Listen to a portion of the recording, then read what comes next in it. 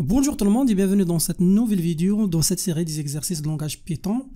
On est arrivé à l'exercice numéro 97. C'est le dernier exercice dans la partie des fonctions et des modèles. En fait, on va travailler sur un autre domaine, c'est le domaine du chimie. Alors, on va créer un programme qui permet de saisir les formules chimiques des molécules, par exemple l'hydrogène, l'oxygène, l'eau, le dioxyde de carbone, ainsi de suite. Le programme permettra aussi d'organiser une réaction chimique entre ces molécules et aussi de vérifier si l'équation chimique de la réaction est équilibrée ou non. Si l'équation n'est pas équilibrée, le programme doit l'équilibrer. Pour bien comprendre les choses, dans la nature, il existe plusieurs molécules. Par exemple, on a méthane, ça c'est une molécule, donc la formule chimique de méthane c'est CH4. C'est un atome de carbone et 4 d'hydrogène. Après, on a l'oxygène, donc il contient 2 atomes d'oxygène. Après, la réaction chimique entre ces deux, si vous faites une révision du cours de chimie de l'année du baccalauréat, donc le méthane plus l'oxygène nous donne dioxyde de carbone, un atome de carbone et d'oxygène, plus de l'eau, donc 2 atomes d'hydrogène et une d'oxygène. Donc ça, c'est une réaction chimique entre ces différentes molécules. Alors là, quand vous voyez, est-ce que cette équation est équilibrée ou non? Pour nous, ce n'est pas une équation équilibrée, puisque si on l'écrit de la façon suivante, CH4 plus O2 nous donne CO2 plus H2O. Si vous calculez le nombre d'atomes de carbone, on a ici une et ici une, donc c'est bon pour le carbone. Pour l'hydrogène, on a ici 4, mais ici on a que 2. Alors ce qu'il faut faire, c'est de multiplier par 2 pour équilibrer les atomes d'hydrogène. Ce qui concerne l'oxygène, on a 2 ici, on a 2 ici, donc c'est pas un problème. Maintenant, l'équation est équilibrée, mais au début, l'équation n'était pas équilibrée. Maintenant, je vais vous expliquer l'exercice avec une autre manière. L'utilisateur, ce qu'il doit faire, bien sûr, c'est de saisir les formules chimiques des molécules. Par exemple, CH4, il doit donner CH4 du méthane, il doit donner O2, donc CO2, et aussi il doit donner la formule chimique de l'eau. En plus des formules chimiques de chaque molécule, l'utilisateur doit aussi saisir l'équation de la réaction chimique entre ces molécules-là. Le programme doit faire les choses suivantes. D'abord, il doit vérifier est-ce que l'équation est équilibrée ou non. Dans ce cas-là, l'équation n'est pas équilibrée. Si l'équation n'est pas équilibrée, le programme doit afficher l'équation équilibrée. Par exemple, dans ce cas-là, vers la fin, le programme doit afficher que voilà, ça c'est l'équation équilibrée. Alors, la méthode qu'on va suivre, comme l'habitude, c'est de chercher sur Google un modèle qui permet de faciliter notre vie et d'organiser tout ce qu'on a vu jusqu'à maintenant. Maintenant, je vais passer au Google pour chercher un modèle, puis on va passer après à PyCharm pour utiliser ce modèle-là. Alors, le mot-clé qu'on va choisir, c'est Python Chemistry. Voilà. Bibliothèque ou bien Library en anglais. Alors, il va nous donner plusieurs sites pour plusieurs modèles. Pour moi, je vais cliquer sur ce premier site. Là, il y a une liste des bibliothèques les plus utilisées ou bien les modèles les plus utilisés. Vous pouvez donc jeter un coup d'œil sur chaque modèle. Pour moi, je vais choisir Chemlib.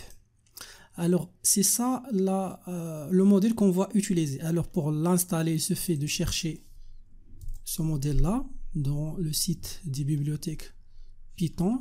Et comment l'utiliser? Donc d'abord il y a le component ou bien les éléments ou bien les molécules, comment définir chaque molécule. Alors pour définir par exemple, pour l'utiliser cette fonction ou bien ce modèle là, d'abord il faut importer component de la bibliothèque ou bien du modèle Chemlib, et après vous pouvez ajouter les molécules. Par exemple H2O, il se fait de saisir H2O, du water ou bien de l'eau, et après si vous voulez afficher la formule chimique de cet élément, donc il se fait d'utiliser .formula pour l'afficher. Donc H2O, donc 2 atomes d'hydrogène et une d'oxygène. Voilà, donc si vous voulez calculer la masse ou bien vous voulez savoir quelle est la masse molaire de ce molécule, c'est 18,01 si vous le voulez. Donc il y a ici plusieurs paramètres, plusieurs fonctions que vous pouvez l'utiliser. Donc ça c'est la première partie, les components. Après ça c'est la masse. Donc maintenant je vais passer directement au chemical reaction. Donc les équations chimiques, alors ou bien les réactions. Donc pour utiliser ou bien pour organiser ou bien pour saisir ou bien pour préciser une réaction, il faut utiliser la fonction réaction. Donc comment l'utiliser? Donc ça c'est une réaction entre ces molécules là. Donc d'abord il faut bien sûr définir chaque molécule comme suit. Après pour préciser les réactions, il faut utiliser la fonction réaction entre deux parenthèses. Il y a deux parties. Donc la première partie c'est les éléments qui fait la réaction, et ça c'est le résultat ou bien le produit de la réaction, et il faut affecter tout ça aux variables R. Et si vous voulez afficher l'équation, donc il suffit d'utiliser R.formula pour afficher donc le résultat de l'équation. Pour vérifier est-ce que l'équation est équilibrée ou non, donc il suffit d'utiliser cette manière là, is balanced, donc est-ce qu'il est équilibré, donc dans ce cas là c'est false. Et voilà, si vous voulez afficher la première partie de réaction, bien les éléments qui font la réaction, donc il suffit d'utiliser cette fonction, donc react formula, donc ça c'est les éléments qui font la réaction. Le résultat de la réaction c'est product formulas. Après il y a plusieurs choses. Donc pour équilibrer l'équation, il suffit d'utiliser la méthode balance et après automatiquement l'équation sera équilibrée. Et si vous vérifiez encore une fois est-ce que l'équation est vérifiée ou non, donc vous pouvez utiliser is balanced et après vous aurez la valeur true. Donc on va suivre la même démarche avec notre réaction entre le méthane et l'oxygène. Si vous avez choisi d'autres molécules et une autre réaction, merci de partager votre réaction dans la section des commentaires. Alors, comme l'habitude, la première des choses, il faut installer la bibliothèque. Donc, comme on a déjà dit, donc la bibliothèque c'est chemlib. Voilà, cette bibliothèque-là, installée. Ensuite, on va cliquer sur OK. Après, on va utiliser les fonctions qu'on a déjà expliquées. Donc from. D'abord, on va importer chemlib import. Donc import comp. Donc là, on va mettre majuscule comp virgule la fonction reaction qui permet d'organiser les réactions. Après, on va préciser les molécules. Donc, on va utiliser la première molécule, c'est le méthane. Alors, le méthane, il suffit d'utiliser la fonction component, donc majuscule. Après, entre deux parenthèses, maintenant, il faut préciser la formule chimique. La formule chimique de cette molécule, c'est CH4. Après, on va passer au dioxyde d'oxygène ou bien oxygène. Pour l'oxygène, c'est la même chose, component, c'est O2. Après, je vais passer à un autre élément, c'est c'est dioxyde de carbone. Après, donc, component, c'est O2. Après, le dernier, c'est l'eau, bien water. Dans ce cas-là, la même chose, component H2O. H2O.